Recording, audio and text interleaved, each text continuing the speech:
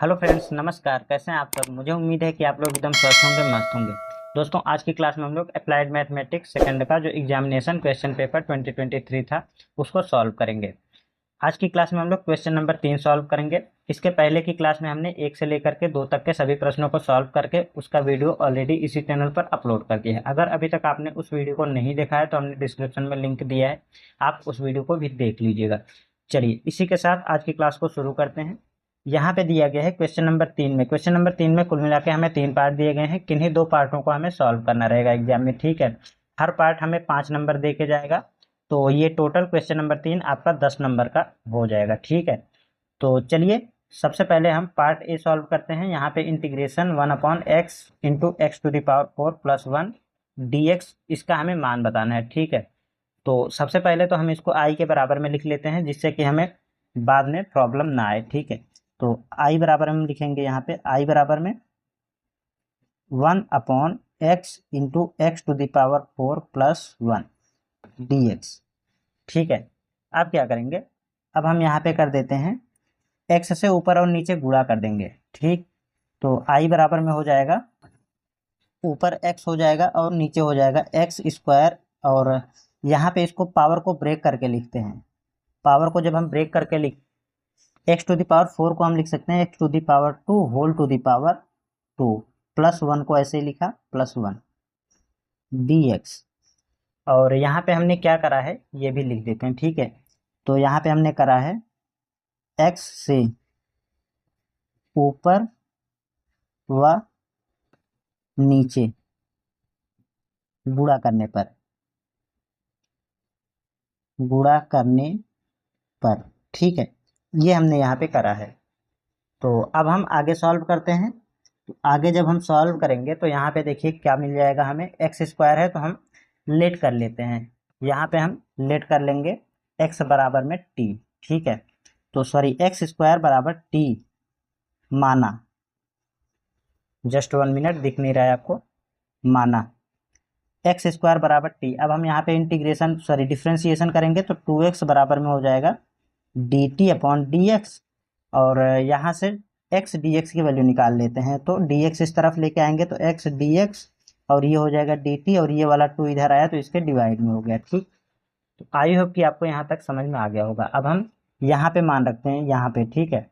तो आई बराबर में हो जाएगा integration of x d x बराबर में आ जाएगा डी टी अपॉन 2। वो जो 2 है ना उसको हम यहाँ पे लिख लेते हैं, ठीक। क्योंकि वो एक कांस्टेंट नंबर है तो उसका इंटीग्रेशन तो होगा नहीं, तो हमने इंटीग्रेशन के पहले लिख लिया है। एक्स स्क्वायर बराबर हमने टी माना है यहाँ पे, देखिए तो यहाँ पे आ जाएगा टी। और एक्स स्क्वायर बराबर टी माना है तो टी, और इसका स्क्वायर है तो ये हो जाएगा टी स्क्वायर प्लस 1, ठीक। तो आई होप कि आपको यहाँ तक समझ में आ गया होगा। अब हम यहाँ पे क्या करेंगे, यहाँ पे ये सीधे सीधे समाकलन इसका नहीं हो पाएगा, तो हम क्या करेंगे, integration by partial fraction method का यूज करेंगे। आपने पढ़ा होगा एक्सरसाइज 4.1, ठीक है। तो पार्शियल फ्रैक्शन मेथड में करने के लिए हम सिर्फ इसको लेके चलते हैं, इसको नाम दे देते हैं, चलो समीकरण नंबर 1 हमने मान लिया, ठीक। समीकरण 1 मान लिया। अब यहाँ पे क्या होगा, पार्शियल फ्रैक्शन में तोड़ेंगे, इसको लिखेंगे 1/टी टी स्क्वायर प्लस 1 बराबर ये हो जाएगा हमारा, यहाँ पे देखिए टी स्क्वायर प्लस 1 है तो क्या होगा, ए अपॉन टी, ये वाला T plus B X, X के स्थान पे टी है तो टी प्लस सी अपॉन में ये हो जाएगा टी स्क्वायर प्लस 1, ठीक। ये हमारा पार्शियल फ्रैक्शन मेथड आ गया। अब यहाँ पे हम इसको नाम दे देंगे समीकरण नंबर 2, ठीक है। तो इसको अब हम सॉल्व कर लेते हैं। तो यहाँ पे आ जाएगा, इसको एज इट इज लिखेंगे T into T square plus 1 बराबर, इसका गुणा इधर हो जाएगा, इसका गुणा इधर हो जाएगा और नीचे आ जाएगा T into T square plus 1, ठीक। तो A into T square plus 1 plus B T plus C into ये वाला टी। अब देखिए ये इससे ये कैंसिल आउट हो जाएगा, बाकी जो बचेगा उसको हम लिख लेंगे यहाँ पे। तो यहाँ पे आ जाएगा हमारा 1 बराबर A into T square plus 1 plus B T है यहाँ पे प्लस सी इंटू टी। इसको हम नाम दे देंगे समीकरण नंबर 3। ठीक, समीकरण 3 आ गया हमारा। अब हमें यहाँ से ए, बी और सी का मान निकालना है। तो कैसे निकालेंगे, इसको और सॉल्व कर लेते हैं। तो 1 बराबर में अंदर मल्टीप्लाई करते हैं तो A T square plus A हो जाएगा, प्लस इसका भी गुणा करेंगे तो B T square plus C T हो जाएगा। अब क्या करेंगे, कंपेयर करेंगे दोनों तरफ। तो टी स्क्वायर के गुणांक में जो भी है इस तरफ, उसका बराबर में इधर जो भी है टी के स्क्वायर में गुणांक उनका, उनको आपस में बराबर करेंगे। तो यहाँ पे हो जाएगा हमारा, लिख देते हैं हम यहाँ पे, टी स्क्वायर के गुणांकों कॉमा टी के गुणांकों तथा अचर पदों की तुलना करने पर।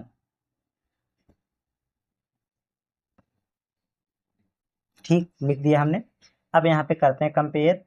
तो इधर तो टी स्क्वायर है नहीं, तो टी स्क्वायर इधर 0 हो जाएगा, और यहाँ पे हो जाएगा ए है यहाँ पे, और यहाँ पे बी है, तो ए प्लस बी आ जाएगा। अब टी स्क्वायर के गुणांकों का कर दिया, अब हम टी का करते हैं। तो यहाँ पे देखिए सिर्फ यहीं पे है टी, तो यहाँ से टी के गुणांक में सी है तो सी लिखा, और इधर भी कुछ नहीं है तो यहाँ पे भी आ जाएगा 0। और अचर पद हमारा ए है, ठीक है, ये वाला ए। तो ए बराबर में हो जाएगा 1।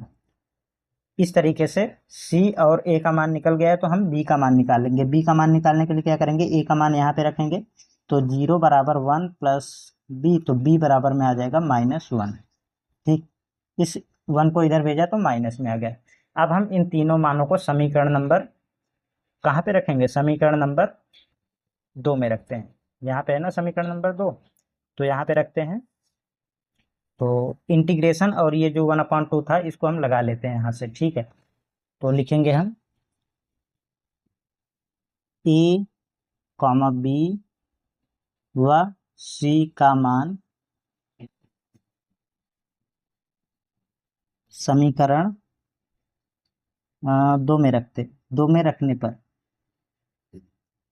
2 में रख देते हैं, ठीक है। तो 1/2 था, तो 1/2 हम लिख लेंगे क्योंकि हमने यहाँ से छोड़ दिया था, है ना। यहाँ से देखिए, यहाँ से हमने 1/2 छोड़ दिया था, तो अब यहाँ पे लिख लेंगे हम।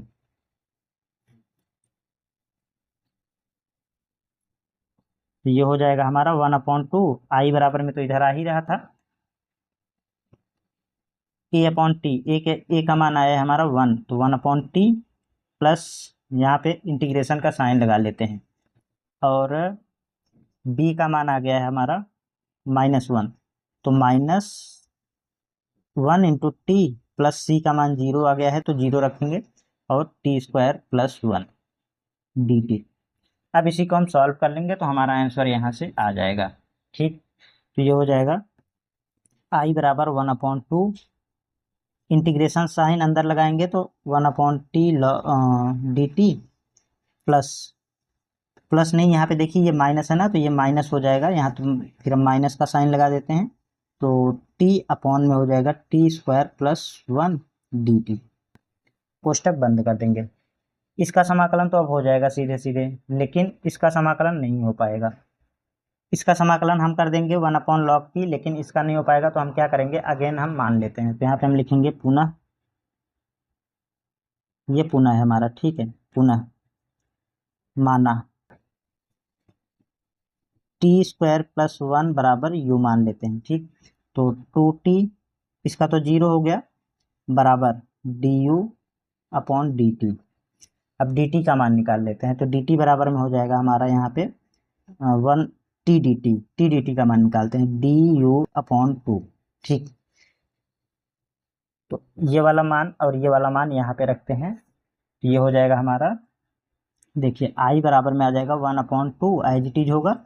उसके बाद इसको तो 1/t ही रहने देते हैं, 1/t डी टी, माइनस है तो माइनस लगाया, integration of T D T के स्थान पे आएगा डी यू, और नीचे आ जाएगा, हमने टी माना है तो टी। बस कर देते हैं यहाँ से समाकलन, अब तो कर ही पाएंगे आप इसका समाकलन आसानी से। आई बराबर 1/2,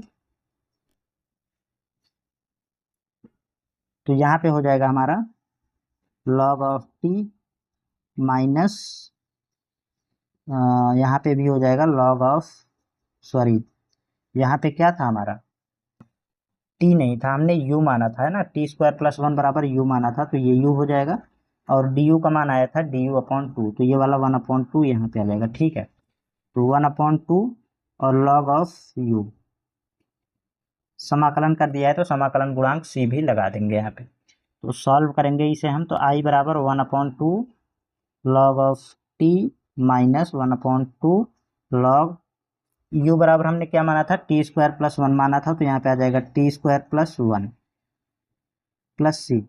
अगेन हम यहाँ पे t का मान रखेंगे, t हमने जो पहले माना था, तो आई बराबर में आ जाएगा हमारा 1/2 log ऑफ टी माइनस में 1/2 log t² बराबर, सॉरी हमने x² बराबर t माना था, तो t² का मान कितना हो जाएगा, x⁴ + 1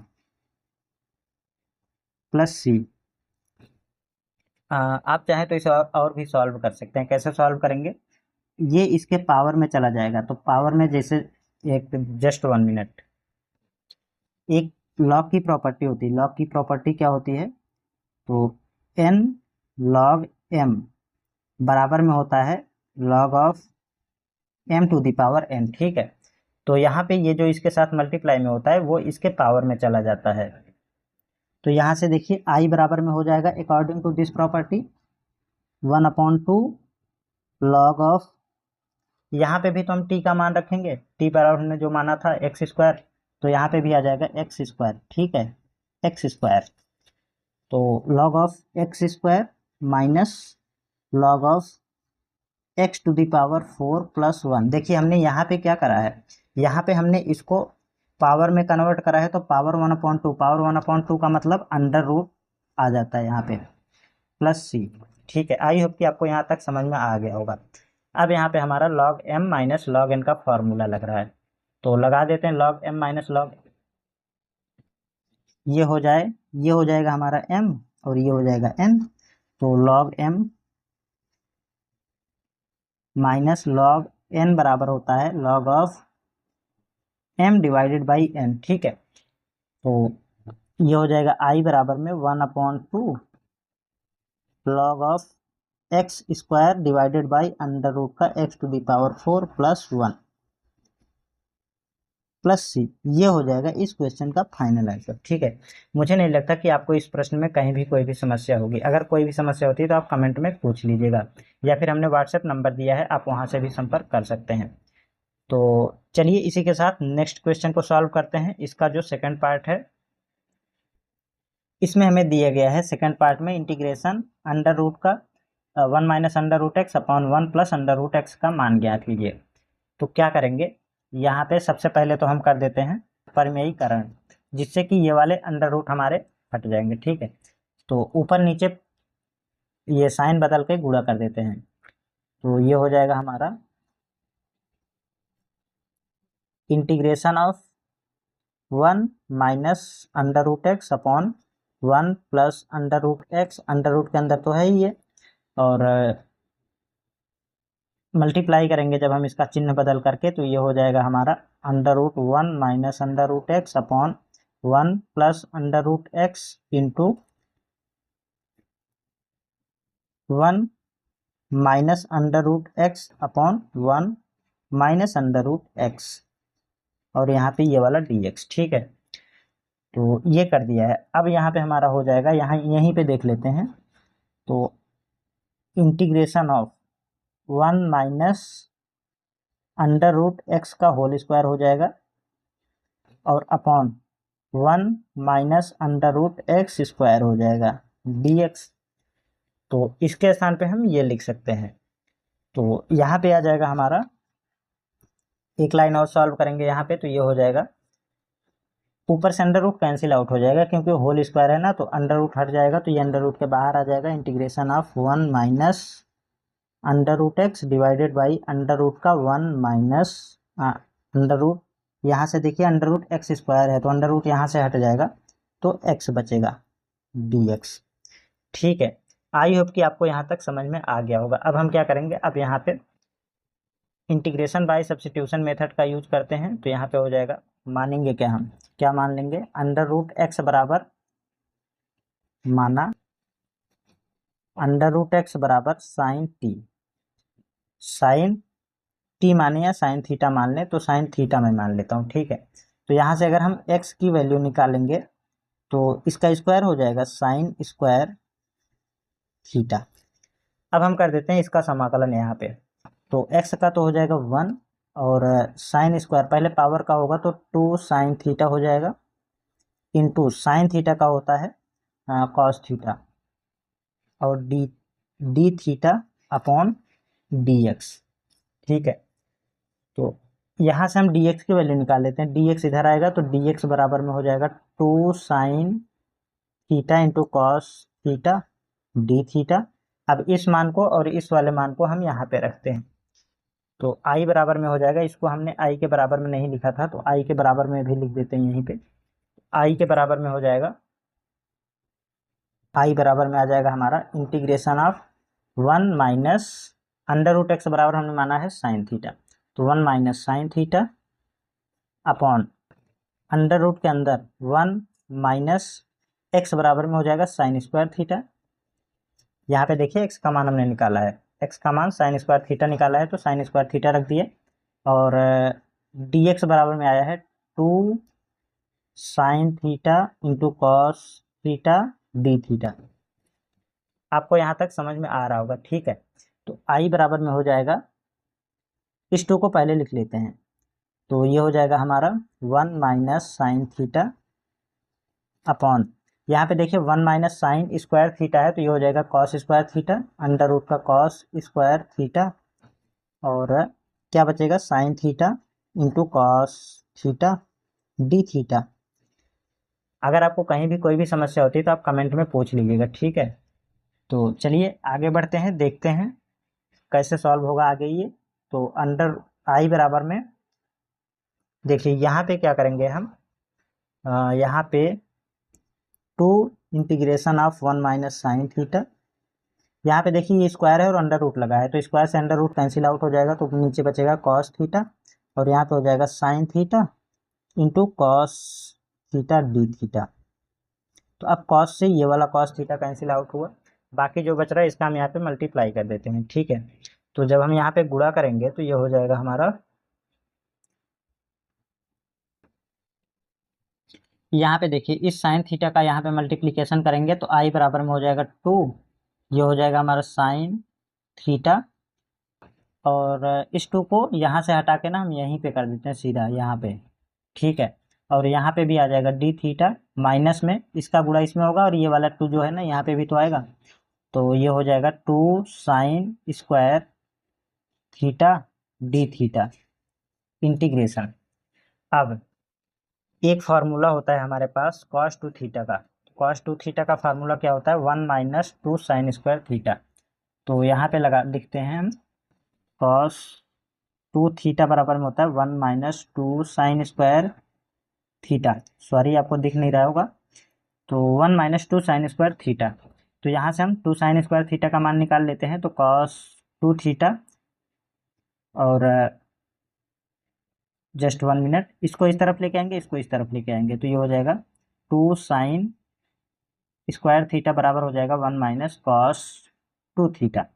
ठीक है, तो इसके स्थान पे हम ये रख सकते हैं, तो 1 माइनस कॉस 2 थीटा हो जाएगा इसके स्थान पे, तो आएगा हमारा आई बराबर, हम इस 2 को तो लिख ही लेते हैं बाहर, sine theta d theta, minus इसके स्थान पे आएगा integration of 1 minus cos 2 theta d theta. अब हम करेंगे यहाँ पे समाकलन, तो आई बराबर में हो जाएगा 2, इसका समाकलन हो जाएगा, साइन का माइनस में कॉस होता है तो माइनस कॉस थीटा, ये माइनस चिन्ह यहाँ पे आ जाएगा, माइनस में अलग अलग इसका हम समाकलन करेंगे तो ये हो जाएगा हमारा डी थीटा, डी थीटा का समाकलन हो जाएगा थीटा, और यहाँ पे हो जाएगा minus minus plus cos 2 theta, तो हो जाएगा sine 2 theta divided by 2 plus C. ठीक है, यहाँ पे हमने समाकलन कर दिया है। अब हम क्या करेंगे, अब हम वैल्यू रखते हैं जो भी हमने माना था। तो आई बराबर में माइनस का -2 कॉस, सबसे पहले तो हमें कॉस थीटा की वैल्यू चाहिए। ठीक है, अभी हम इसको ऐसे ही लिख लेते हैं, cos theta minus theta plus, देखिए साइन 2 थीटा का एक फॉर्मूला होता है। कौन सा फॉर्मूला होता है, साइन 2 थीटा बराबर होता है 2 sine theta into cos theta. ठीक, ये फार्मूला होता है। तो इसके स्थान पे हम ये लिखेंगे, आ जाएगा हमारा 2 sine theta into cos theta upon 2 plus C. ये इससे कैंसिल आउट हो जाएगा, बाकी जो बचेगा उनमें हम मान रखेंगे। आई बराबर में आ जाएगा हमारा माइनस का 2 कॉस थीटा माइनस थीटा और plus sine theta into cos theta plus C. ठीक है, अब हम यहाँ पे रखते हैं वैल्यू।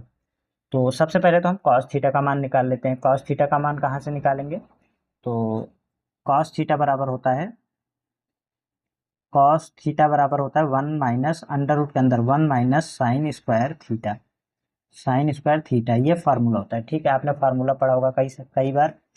तो कॉस थीटा का मान निकालने के लिए हम क्या करेंगे, साइन स्क्वायर थीटा का मान रखेंगे। तो साइन स्क्वायर थीटा का मान यहाँ पे देखिए एक्स है, एक्स रखेंगे।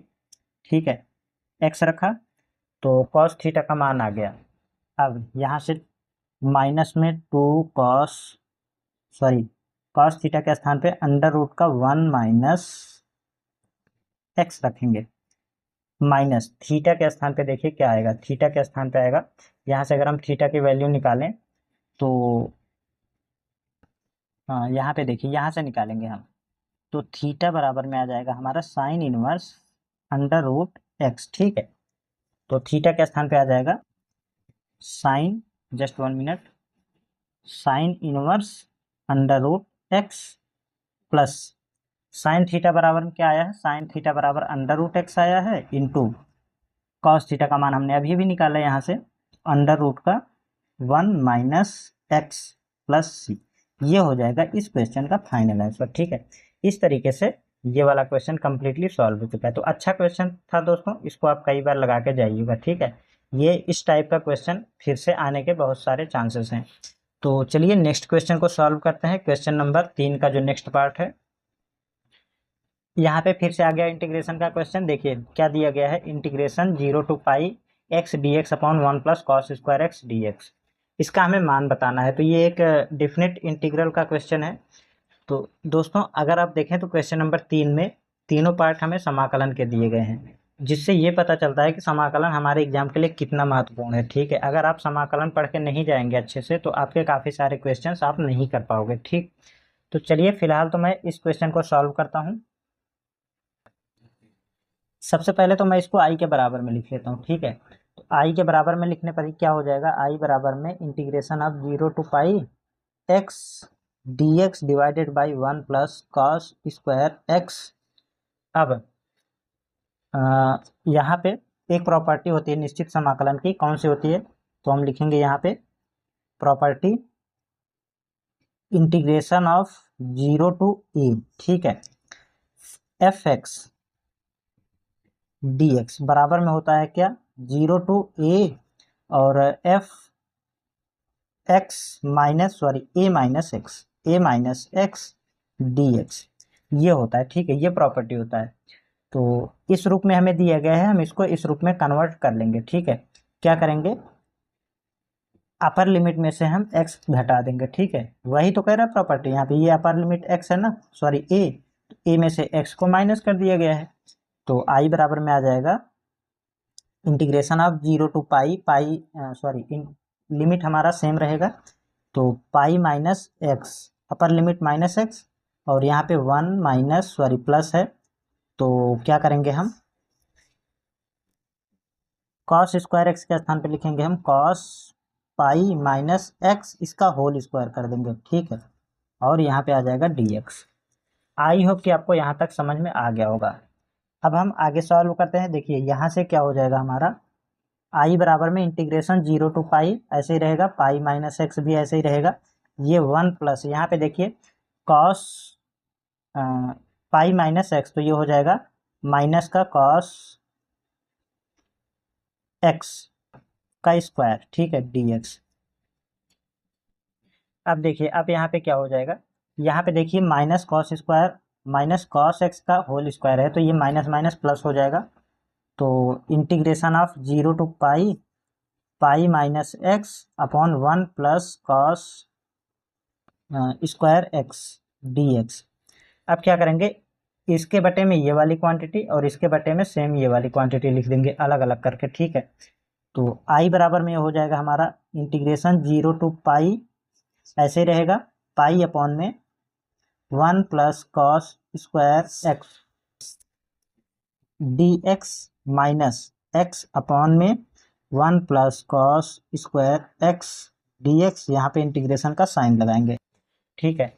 अब अगर हम देखें तो ये हमने इसी को तो हम आई मान के चले थे यहाँ पे स्टार्टिंग में, तो देखिए इसी को तो हम आई मान के चले थे, तो यहाँ पे फिर से हम आई रख देंगे, तो ये हमारा आई हो जाएगा।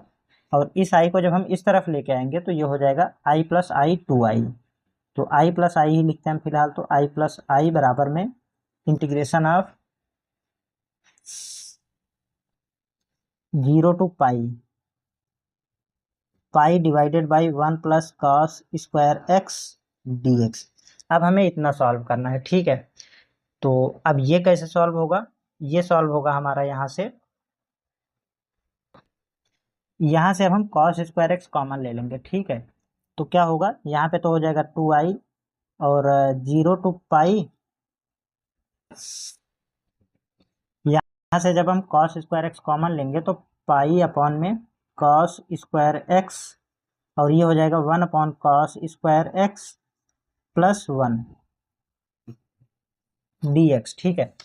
तो अब ये क्या हो जाएगा, यहाँ पे हो जाएगा हमारा 2i बराबर में 0 टू पाई और 1 अपॉन कॉस स्क्वायर एक्स, तो ये हो जाएगा सेक स्क्वायर एक्स, और ये वाला तो पाई है तो पाई अपॉन, ये देखिए यहाँ पे हो जाएगा sec square x plus 1 dx। मुझे नहीं लगता कि आपको यहाँ तक कोई समस्या होगी। अब क्या करना है, अब हमें इसका समाकलन करना है। तो क्या हो जाएगा, यहाँ पे देखिए, अब हम यहाँ पे ना चेंज करेंगे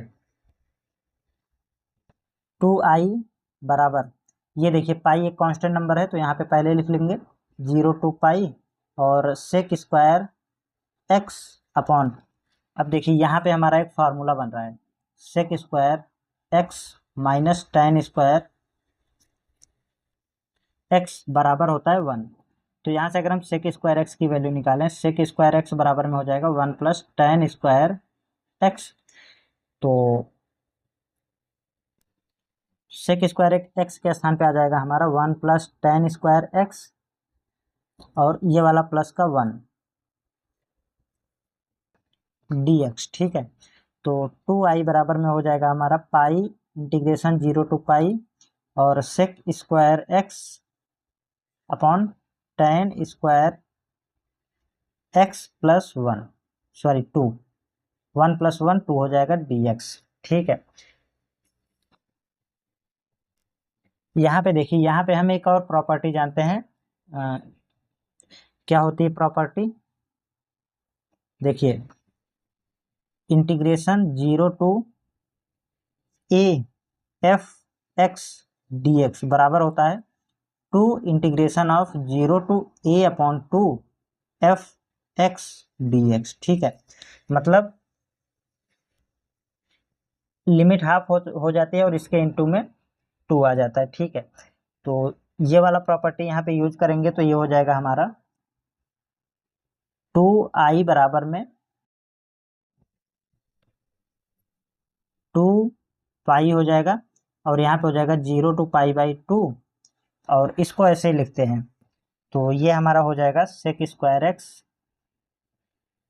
upon tan square x plus 2 dx, ठीक है। तो आई होप कि आपको यहाँ तक समझ में आ गया होगा। अब हम आगे यहाँ पे देखिए, ये वाला जो 2 है ना, ये वाला 2 इससे कैंसिल आउट हो जाएगा, तो कैंसिल आउट कर देते हैं। बाकी जो बच रहा है हम इसको ऐसे ही लिख लेते हैं, ठीक है। तो आई बराबर में ये हो जाएगा हमारा pi integration of 0 to pi upon 2 sec square x upon 1 sorry tan square x plus 2 dx। अब हम यहाँ पे इंटीग्रेशन बाय सब्स्टिट्यूशन मेथड का यूज करते हैं, तो हम यहाँ पे tan x बराबर t मान लेते हैं। तो माना tan x बराबर t, तो सेक स्क्वायर x बराबर dt अपॉन dx ये हो जाएगा। अब यहाँ से dx की वैल्यू dt की वैल्यू निकाल लेते हैं, तो सेक स्क्वायर x dx बराबर में हो जाएगा dt। ये वाला वैल्यू और ये वाला वैल्यू यहाँ पे रखते हैं, आई बराबर में ये हो जाएगा हमारा पाई 0 to पाई अपॉन 2 और सेक स्क्वायर x dx बराबर में dt अपॉन इसको हमने माना है, सॉरी आपको दिख नहीं रहा है, तो ये हो जाएगा t स्क्वायर प्लस 2 और dt तो हमने लिख ही दिया है।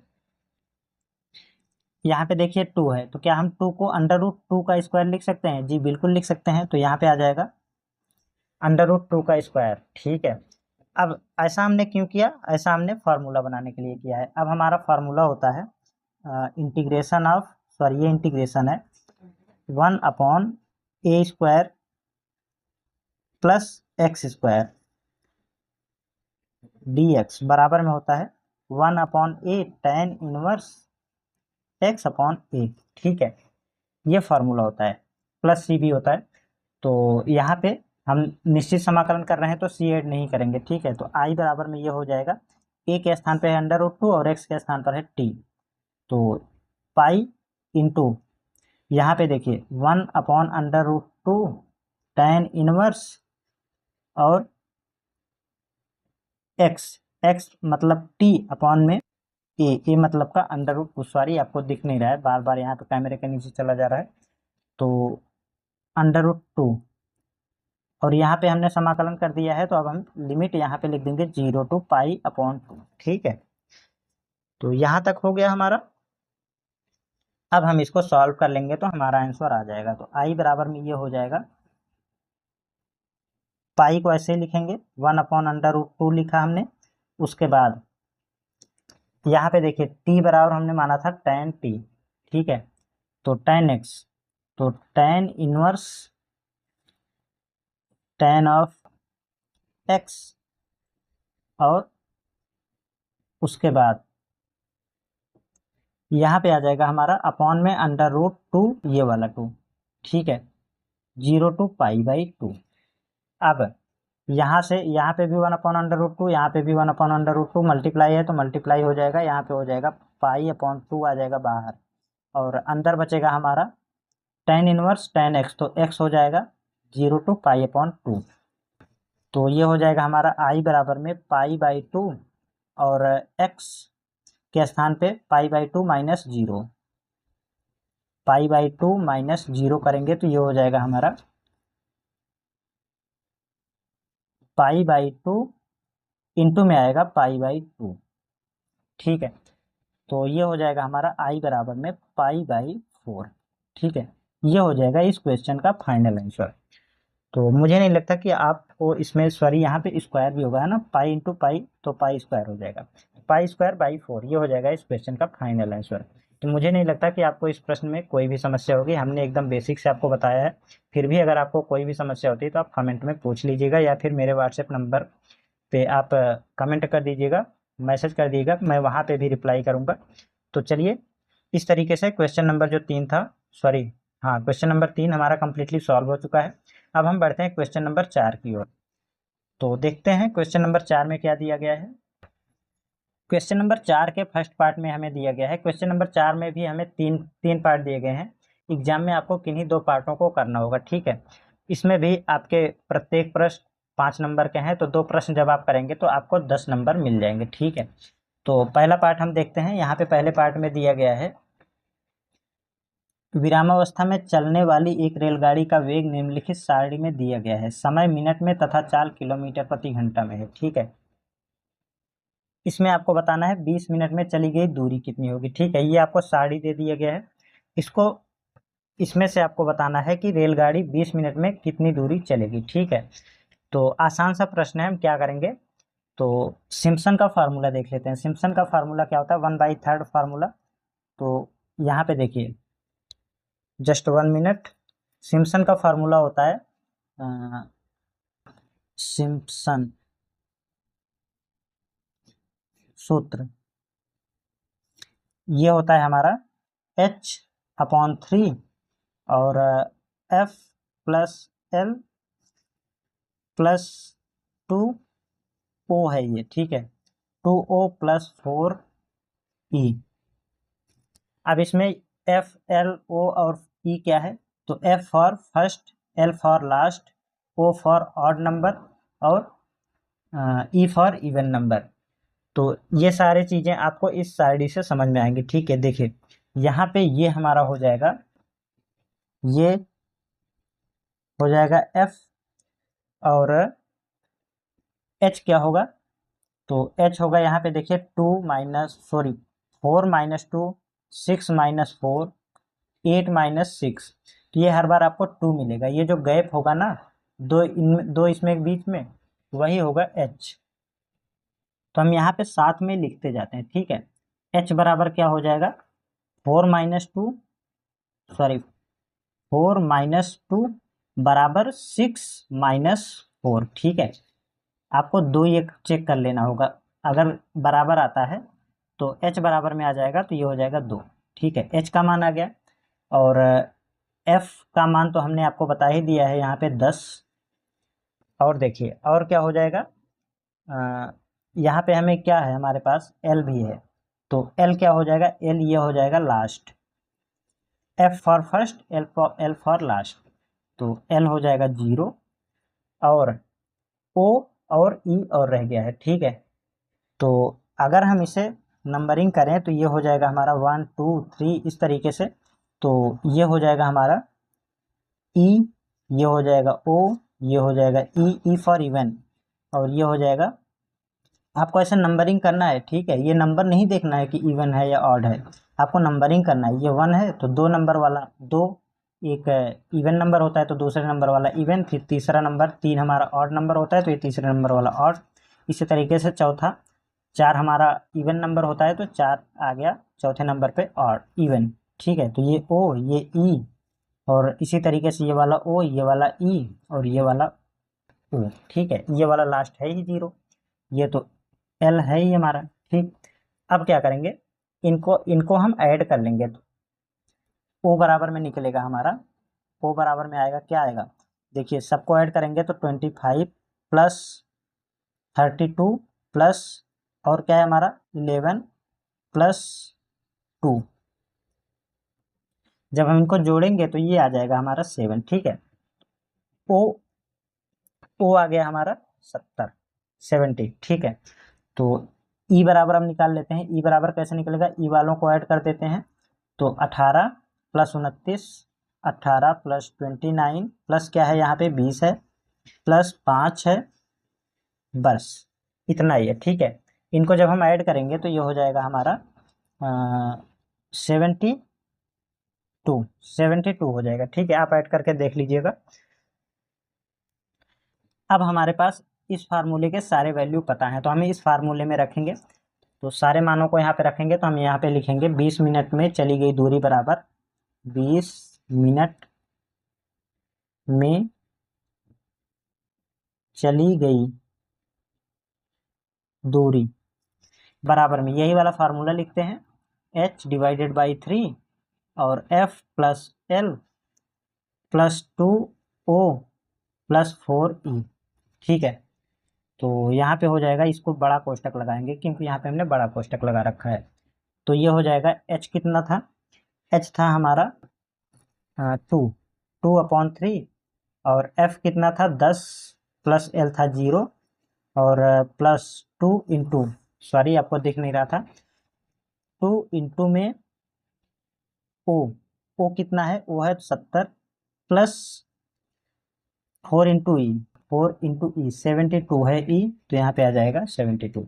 इसी को हम सॉल्व कर लेंगे तो 2/3 यहाँ पे हो जाएगा 10 प्लस 7 दूनी 14, 140 प्लस यहाँ पे देखिए 4 दूनी 8 और 7 चौक 28, 288। इनको जब हम ऐड करेंगे तो यहाँ पे आ जाएगा हमारा just 1 minute 2/3 as it is रहेगा। और ये हो जाएगा हमारा 150 सॉरी 150 प्लस 288, तो ये हो जाएगा हमारा 2/3 और 3 सॉरी ये हो जाएगा हमारा 8 और ये हो जाएगा 8 5 13 और ये हो जाएगा 2 1 3 और 1 4 438। इसको जब हम सॉल्व करेंगे तो ये आ जाएगा हमारा 292। ठीक है, इससे काटेंगे, ठीक है, इससे काटेंगे जब तो ये हो जाएगा 1 3 एकम 3 और यहाँ पे 12 4 तिया 12 और ये हो गया हमारा 18, तो 6 3 18 146 146 गुणा 2 करा हमने तो ये हो गया 292। यही हो गया हमारा, क्या पूछा था हमसे, चली गई दूरी। तो चली गई दूरी कितनी होगी, किलोमीटर में आएगी, तो आएगी हमारी किलोमीटर में। ठीक है, ये हो जाएगा इस क्वेश्चन का फाइनल आंसर। आसान सा प्रश्न था दोस्तों। अगर आपको ये पसंद आ गया होगा, समझ में आ गया होगा, तो आप वीडियो को लाइक कर दीजिएगा और दोस्तों के साथ शेयर भी कर दीजिएगा। यदि अभी तक आपने हमारे चैनल को सब्सक्राइब नहीं किया है तो चैनल को सब्सक्राइब कर लीजिएगा और बेल आइकन को प्रेस कर लीजिएगा, जिससे कि आने वाली वीडियोज़ का नोटिफिकेशन भी आपको समय समय पर मिलता रहे। तो चलिए इसी के साथ नेक्स्ट क्वेश्चन को सॉल्व करते हैं, देखते हैं इसका अगला पार्ट। इसमें दिया गया हमें गोले का आयतन समाकलन विधि से ज्ञात कीजिए। ठीक है, इसमें हमें गोले का आयतन ज्ञात करना है समाकलन विधि से। तो क्या करेंगे, सबसे पहले तो हम एक फिगर बना लेते हैं। यहाँ पे फिगर कैसा बनेगा, एक ऐसा कोई गोला बना लेते हैं जिसका केंद्र हमारा मूल बिंदु हो। ठीक है, जिसका केंद्र मूल बिंदु हो, तो मूल बिंदु 0,0 हो गया इसका सेंटर। अब इधर हो जाएगा, ये इसकी त्रिज्या होगी यहाँ से यहाँ तक, तो ये r हुआ, प्लस का इधर प्लस का होता है तो इधर ये माइनस का होगा, -r। अब हम क्या करेंगे, ये हमारा लोअर लिमिट है और ये अपर लिमिट है। ठीक है, तो आयतन का फॉर्मूला क्या होता है, आयतन का सूत्र होता है, समाकलन विधि से आयतन ज्ञात करने का सूत्र होता है हमारा, सूत्र v बराबर में होता है pi integration of a to b और y² dx। ठीक है, ये फार्मूला होता है। तो कर देते हैं हम इसका समाकलन यहाँ पे, तो ये होगा वृत्त का, चलिए क्या करेंगे हम यहाँ पे, वृत्त का केंद्र, यहाँ पे हम लिखेंगे गोले का केंद्र। केंद्र क्या है, 0,0 है, व इसकी त्रिज्या r। ठीक है, r हो तो ऐसा लिख दिया हमने। तो वृत्त का समीकरण क्या हो जाएगा, सॉरी गोले का समीकरण, तो ये हो जाएगा हमारा x² प्लस y² बराबर r²। यहाँ से अगर हम y² की वैल्यू निकालें तो y² बराबर में आ जाएगा r² माइनस x²। ठीक है, तो ये हो जाएगा हमारा समीकरण नंबर 1। आयतन v बराबर में हो जाएगा हमारा पाई और 0 to a to b, sorry y² dx, ये हमने लिखा ही था, तो ये हो जाएगा पाई इंटू -r और प्लस का r, और y² बराबर में आया हमारा r² माइनस x² dx। इसी को हम सॉल्व कर लेंगे। कैसे सॉल्व करेंगे, इसका समाकलन करेंगे तो ये हो जाएगा पाई इंटू r² का समाकलन हो जाएगा r² इंटू x माइनस, यहाँ पे हो जाएगा 2x, sorry x³ upon 3, x³ divided by 3, और यहाँ पे हो जाएगा लिमिट -r प्लस r। ठीक है, यहाँ पे हमने समाकलन कर दिया है। अब हम इसको सॉल्व कर लेंगे। तो अब हम यहाँ पे लिमिट अप्लाई करते हैं, अपर लिमिट माइनस लोअर लिमिट लगाएंगे, तो ये हो जाएगा पाई और बड़ा कोष्टक लगाएंगे, r² इंटू एक्स के स्थान पे r माइनस एक्स के स्थान पे आर क्यूब अपॉन 3, ये कर दिया हमने। अब हम लोअर लिमिट रखेंगे यहाँ पे, तो लोअर लिमिट कितना है हमारा माइनस आर, तो माइनस आर का square, sorry minus r into r square, तो माइनस का आर क्यूब हो जाएगा और यहाँ पे हो जाएगा हमारा माइनस आर का क्यूब, तो minus r cube minus r cube होगा और ये प्लस का होगा अपॉन 3 हो जाएगा। ठीक, अब इसे सॉल्व करते हैं तो पाई इंटू में यहाँ पे देखिए r square into r, r cube minus यहाँ पे r to the power 3 upon 3, और यहाँ पे हो गया, ये देखिए माइनस माइनस प्लस हो जाएगा ये, तो यहाँ पे ओपन करते हैं r cube plus r cube divided by 3, कोष्टक बंद। इसे हम और सॉल्व कर लेते हैं तो आ जाएगा हमारा यहाँ पे बराबर पाई एज इट इज, यहाँ पे इसका गुणा करेंगे तो 3 r cube minus r cube divided by 3 plus यहाँ पे देखिए 3 r cube plus r cube बटे 3। ठीक, तो ये हो जाएगा हमारा पाई इंटू में यहाँ पे देखिए 3 आर क्यूब में से 1 आर क्यूब जाएगा तो 2 आर क्यूब बचेगा बटे 3 plus 3 r cube plus 1 r cube, तो ये हो जाएगा 4 आर क्यूब बटे 3।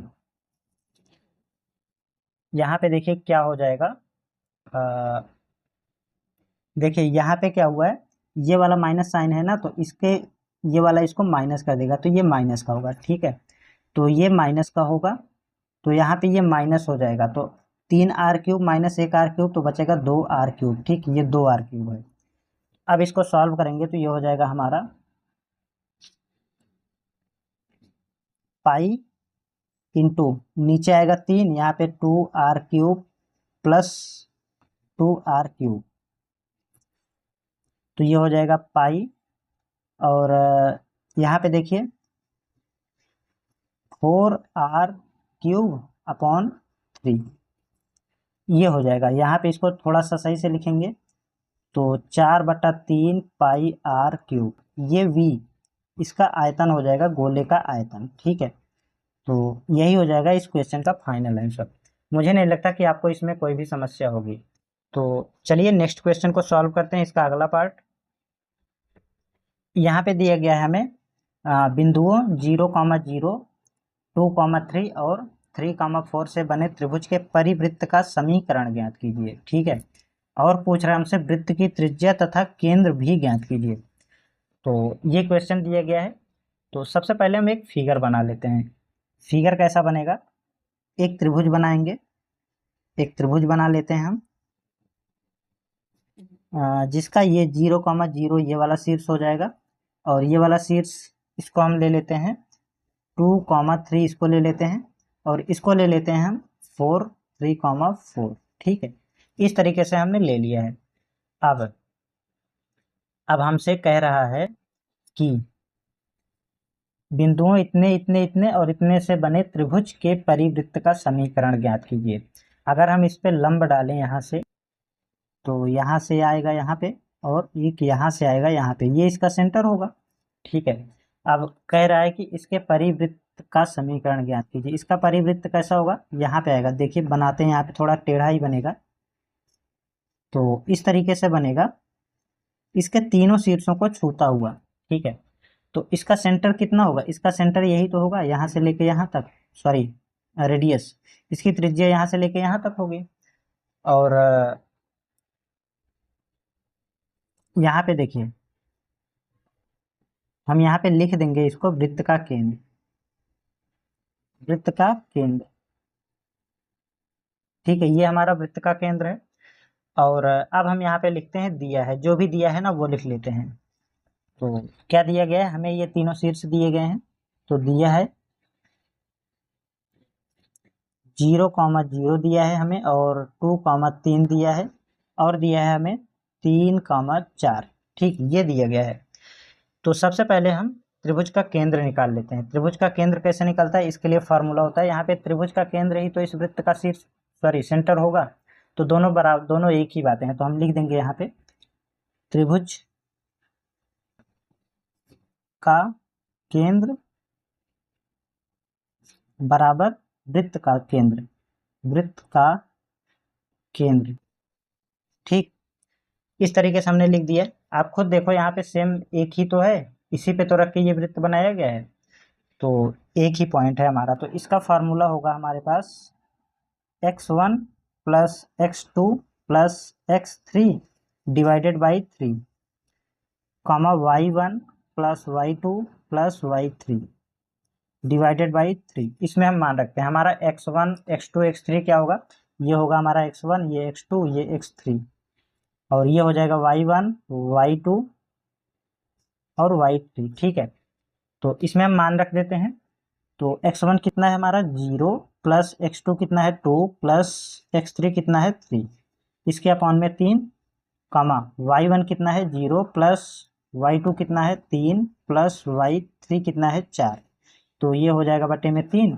इसको जब हम सॉल्व करेंगे तो ये आ जाएगा हमारा जस्ट 1 मिनट। तो ये आ जाएगा हमारा 3 और 2 5, 5/3, और यहाँ पे आ जाएगा 4 और 3 7/3। तो ये आ गया सेंटर। तो क्या हम इसको लिख सकते हैं अब, सेंटर सेंटर कितना है 5/3, कॉमा 7/3, सेंटर आ गया हमारा। ठीक है, तो यहाँ पे हमने लिख दिया सेंटर। अब एक आंसर हमारा आ चुका है, केंद्र भी ज्ञात कीजिए बोला था ना, तो केंद्र आ चुका है हमारा, तो एक आंसर यहाँ पे डाल देंगे। उसके बाद और क्या कह रहा है हमसे, हमसे पूछा जा रहा है वृत्त की त्रिज्या, और क्या कह रहा है समीकरण, वृत्त का समीकरण, दोनों चीजें पूछी जा रही हैं। तो अब हम वृत्त की त्रिज्या निकाल लेते हैं। ठीक है, वृत्त की त्रिज्या कैसे निकालेंगे, तो वृत्त की त्रिज्या निकालने के लिए यहाँ से देखिए, ये एक पॉइंट है और ये एक पॉइंट है, तो दो बिंदुओं की दूरी वाला फार्मूला लगाएंगे। क्या होता है फार्मूला, हम यहाँ पे पहले तो लिखते हैं बिंदु 0,0 तथा 5/2 3 सॉरी 7/3, 5/3, 7/3 से वृत्त की त्रिज्या, से वृत्त की त्रिज्या यहां से निकालेंगे। ठीक है, तो ये हमारा हो जाएगा x1 और ये हो जाएगा y1, ये x2 y2। ठीक, तो यहाँ पे मान रखते हैं r बराबर में हो जाएगा हमारा अंडर रूट के अंदर x2 माइनस x1 का स्क्वायर, ये फार्मूला होता है, प्लस y2 माइनस y1 का होल स्क्वायर। ठीक है, तो यहाँ पे मान रखते हैं हम, तो r बराबर में हो जाएगा इंटीग्रेशन सॉरी अंडर रूट के अंदर x2 कितना है, तो 5/3 माइनस 0 का स्क्वायर, और प्लस y2 कितना है 7/3 माइनस 0 का स्क्वायर। इसी को अब हम सॉल्व कर लेंगे तो इसका हमें r यानी कि रेडियस मिल जाएगा। तो r बराबर में आ जाएगा जस्ट 1 मिनट। तो r बराबर में हो जाएगा, देखिए यहाँ पे इसके यहाँ पे 0 घट रहा है, तो क्या हो जाएगा अंडर रूट के अंदर 5 यानी 25/9 प्लस 49/9। इसे ही सॉल्व करते हैं, तो r बराबर में आ जाएगा हमारा, नीचे तो 9 आएगा और अंडर रूट के अंदर यहाँ पे हो जाएगा 25 प्लस 49। ठीक है, r बराबर में हो जाएगा, यहाँ पे देखिए बटे 3 आ जाएगा, क्योंकि अंडर रूट हट जाएगा, यहाँ से वर्गमूल लेंगे तो ये हो जाएगा हमारा 74 अंडर रूट के अंदर। ठीक है, ये रेडियस हो गया हमारा, ये हमारा रेडियस हो गया। मैं ठीक से लिख देता हूँ इसको, r बराबर में अंडर रूट के अंदर 74/3, ये रेडियस आ गया। एक और आंसर हमें मिल गया है। अब हमें फाइंड करना है, और क्या फाइंड करना है, केंद्र हमने निकाल लिया, अब हमें वृत्त का समीकरण निकालना है। ठीक है, अब हमें निकालना है वृत्त का समीकरण। ठीक है, तो वृत्त का समीकरण निकालते हैं। तो वृत्त का समीकरण, इसके लिए फार्मूला क्या होता है, फार्मूला होता है हमारा x माइनस एच का whole square plus y minus k का होल स्क्वायर बराबर आर स्क्वायर, ये फार्मूला होता है। ठीक है, तो अब यहाँ पे हम h और k कैसे पाए, k कैसे मिलेगा हमें, तो जो हमने अभी यहाँ पे सेंटर निकाला था ना, यहाँ पे देखिए ये हो जाएगा हमारा h और ये हो जाएगा हमारा k। ठीक है, तो चलिए इन दोनों मानों को रख देते हैं। तो यहाँ से h बराबर में हम लिख लेते हैं, h बराबर में 5/3, k बराबर में है 7/3 और r बराबर में हमने निकाला है √74/3। तो इन सभी मानों को रखते हैं हम यहाँ पे। x माइनस h के स्थान पे 5/3 का whole square plus y minus k मतलब 7/3 का होल स्क्वायर बराबर r 74 अंडर रूट के अंदर /3 इसका होल स्क्वायर। ठीक है, आई होप कि आपको यहाँ तक समझ में आ रहा होगा। अब हम यहाँ से होल स्क्वायर ओपन करते हैं तो x square plus 25/9 minus 2x into 5/3 plus ये वाला plus y square plus 49/9 plus minus 2 into y into में 7/3 और इधर आ जाएगा हमारा 74/9। ठीक है, तो इसको सॉल्व कर लेते हैं। एक्स स्क्वायर और यहाँ पे क्या हो जाएगा, एक्स वाले को पहले लिख लेते हैं, तो ये हो जाएगा प्लस 25/9 माइनस 10x/3 और प्लस वाई स्क्वायर माइनस ये हो जाएगा 7 दूनी 14 y/3 और क्या बच रहा है, ये वाला बच रहा है प्लस का 49/9 बराबर 74/9।